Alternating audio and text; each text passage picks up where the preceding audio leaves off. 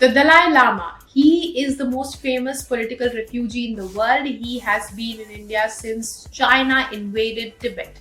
He is the spiritual and political head of the Tibetan Buddhists. Dalai Lama has recently suggested that his reincarnation will continue and the next Dalai Lama will be born in the free world outside of China, and that the Garden Fortrung Trust will carry out the search and no one else has the authority to interfere in this matter. He was pointing to China. But China is not happy with this. China wants the next Dalai Lama to be made in China. But why is it meddling now? Because China is a communist country. So why is it happening now? It is political. Beijing needs to win over the Tibetans, and what better than the Dalai Lama controlled by China? Our next report tells you more. Dalai Lama celebrated his birthday this week on July 6th. The Tibetan Buddhist spiritual leader says he hopes to live for another 40 years until he is 130 years old. This statement came amid a controversy around his succession. Dalai Lama previously confirmed that he would reincarnate upon his death, and he also said that his successor will be born in free world outside of China. He also said that the Garden Fortrung Foundation will have the power to recognize his future reincarnation and that no one else has the authority to interfere in this matter. The 14th Dalai Lama has been based in Dharamshala in India since 1959, after he fled Tibet for India after a failed uprising against China. He was enthroned when he was 4.5 years old and was named Tenzin Gyatso. He was found soon after the 13th Dalai Lama's death when he was 2 years old in 1940. He remembered 13th Dalai Lama's memories about early life, names of the monks, and more.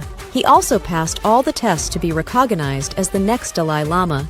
Now, since China invaded Tibet, it wants to appoint its own Dalai Lama. But how does the reincarnation actually work? The Tibet Buddhists believe that lamas have powers to choose the body into which they are reincarnated.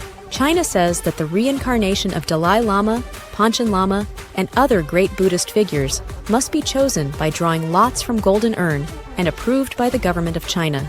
They said that the method was introduced by then Emperor of the Tibetan region in the 18th century.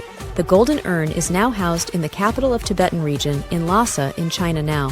However, the 14th Dalai Lama was not chosen through the urn, but considered nominated by his predecessor and other spiritual elders. Dalai Lama's website says that the golden urn system was imposed by the Qing dynasty, and Tibetans had no faith in it because it lacked spiritual quality.